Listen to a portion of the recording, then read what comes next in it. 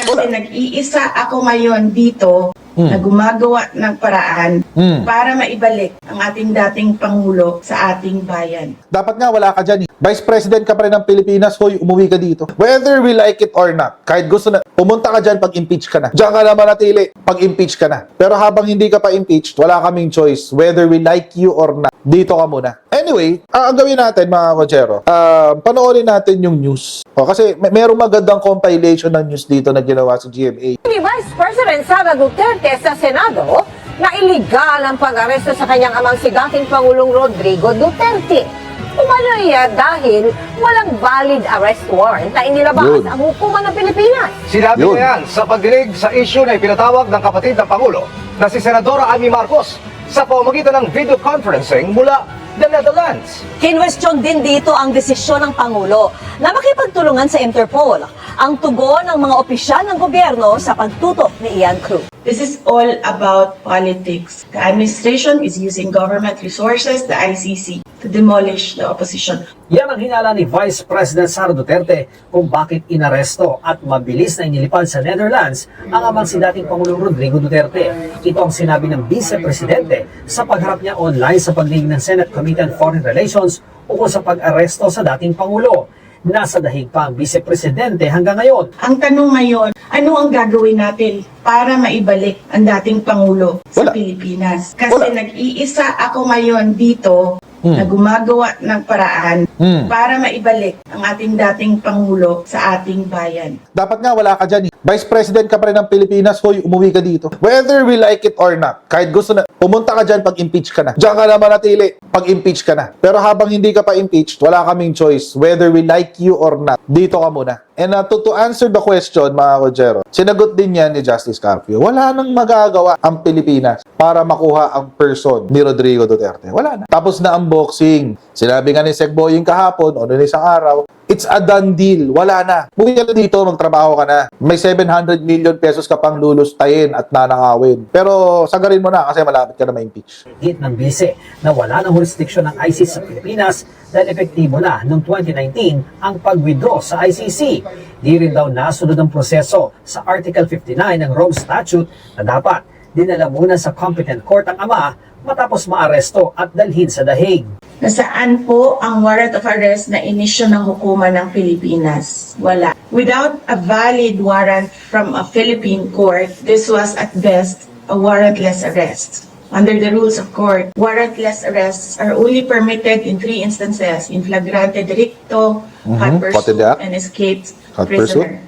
Pero kita ni Part Tingnan nyo kung paano magsalita si Sara dito. Kailangan niyang i-qualify. Ibig sabihin, kailangan niyang sabihin na may qualification na Philippine court. Dalawa yung qualification eh. Hindi, tatlo pala. It's a valid. Number 1, kailangan valid. Pangalawang qualification, Philippine. So may jurisdictional nasa Pilipinas sa jurisdiction. Philippine. And it has to be a court. A valid Philippine court. An arrest warrant coming from a valid Philippine court. Bakit niya sinabi yun? Malamang yun ang tinuro ni Kaufman, yung abogado ni Duterte sa Hague. Kasi ang atake nila dito sa kaso, mga kotsero, is procedural. Ibig sabihin, may procedural issues, therefore, the arrest is illegal. Kasi may procedural issues. Pero may sagot din ho dyan si Justice Carpio na regardless kung ang aresto ay not according to established procedures of the ICC, meron pa rin jurisdiction ng ICC.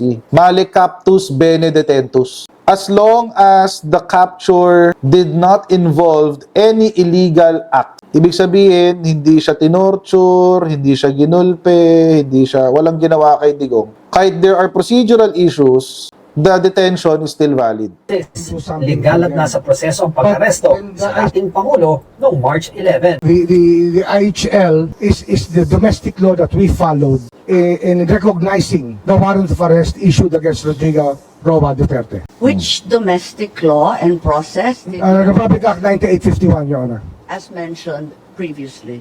Yes, as been mentioned previously, and within the provisions allows us to options, Surrender. either extradition or surrender. We chose the executive mode, which is surrender. Ang komite ng kapatid ng Pangulo na si Senador Amy Marcos ang nagpatawag ng Alam niyo mga kotsero, nakakatawa pa yan. Ang haba pang diskusyon yan actually. tungkol sa jurisdiction. Kasi, etong si Amy, nililito niya kasi yung definition ng jurisdiction. Simple lang naman yan. Kapangyarihan ng korte na dinggin ang isang kaso. Yun lang ho yun. na kumukwestiyon sa desisyon ng Pangulo na makipagtulungan sa Interpol para ipatupad ang warrant of arrest laban kay Duterte. Nagpakita pa siya ng mga video ukol sa naganap na pag-aresto. Isinuko natin si Rodrigo Roa Duterte sa dayuhan na para bang wala siyang sariling bayan, na para bang hindi na natin kayang humusga sa sarili nating tahanan. Pinakita rin ng senadora sa pagdinig ang mga pahayag ni Pangulong Marcos na nagsasabing itutulong ang Pilipinas sa ICC. Ginamit ng propaganda Why tol is si the SOJ PBB. now saying that we are nevertheless somehow, in some miraculous way, under the rubric of the international humanitarian law, still under its jurisdiction? Your Honor, it is not the Philippines that is under the jurisdiction. It is the Yun. individuals who are charged by the ICC, which is under the jurisdiction. There is a distinction. Our views evolve during times, at times, and I don't So you know do admit if he that still has the same view up to today, because we are talking about a clip which was done 1.5 years ago. Our minds can change, ma'am. Kapag hindi ka nag-evolve sa iyong thinking, immature ka. Kapag hindi ka hindi ka nag-evolve sa iyong mindset, sa iyong pagkakaintindi dito sa nangyari na to, brainwash ka. Ibig sabihin, hindi ka na nag-iisip ayon sa katotohanan, ayon sa realidad. Ang malinaw, walang red notice mula sa International Police o Interpol noong March 11. Ang pinadala sa Pilipinas ay diffusion request. Ang Philippine Center on Transnational Crime ang nakatanggap nito noong March 11. Nakasaad sa diffusion request ang hiling na arestuin si Duterte. Pinadala raw ang request matapos ang prior consultation sa gobyerno ng Pilipinas na pumayag na sumunod sa International Warrant of Arrest. Base raw ito sa warrant of arrest mula sa ICC. Ang diffusion po ay sa Article 97 ng Rules on Processing of Data is a standardized request Tama.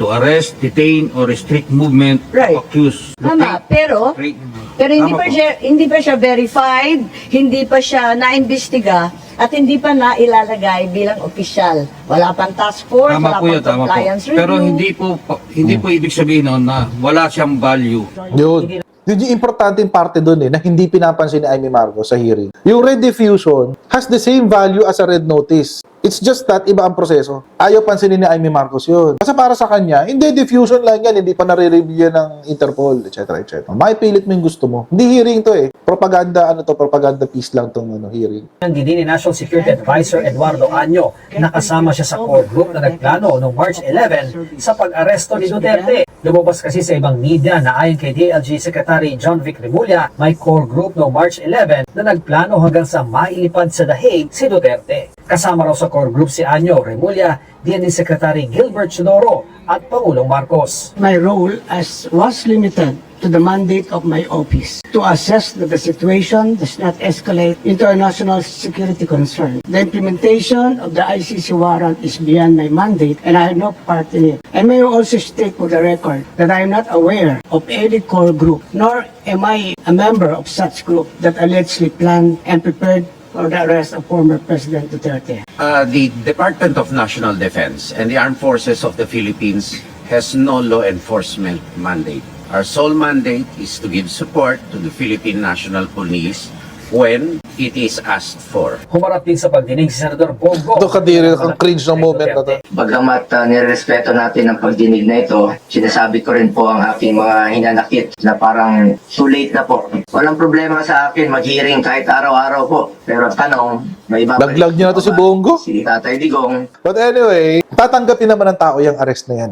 Alam niyo kung bakit? 51% ng mga Pilipino ang nagsasabi na dapat nang managot ni Rodrigo Duterte sa war on drugs. Ako, agree ako dyan. Kasama ako sa 51% na yan. 51%. Majority na yan. Marami hong may gustong tanggalin na, dalhin na siya sa ICC. Siya ay dalhin na sa ustisya. Tama lang ho yan. Tatanggapin naman yan ng Pilipino. Hindi naman kinontra Natuwa pa nga marami pa nga Pinoy yan natuwa nung naaresto na si Rodrigo Duterte. Kasama ako dun. Kasi nag-mature na yung pag-iisip natin. Hindi na tayo nakatutok dun sa Duterte lang malakas.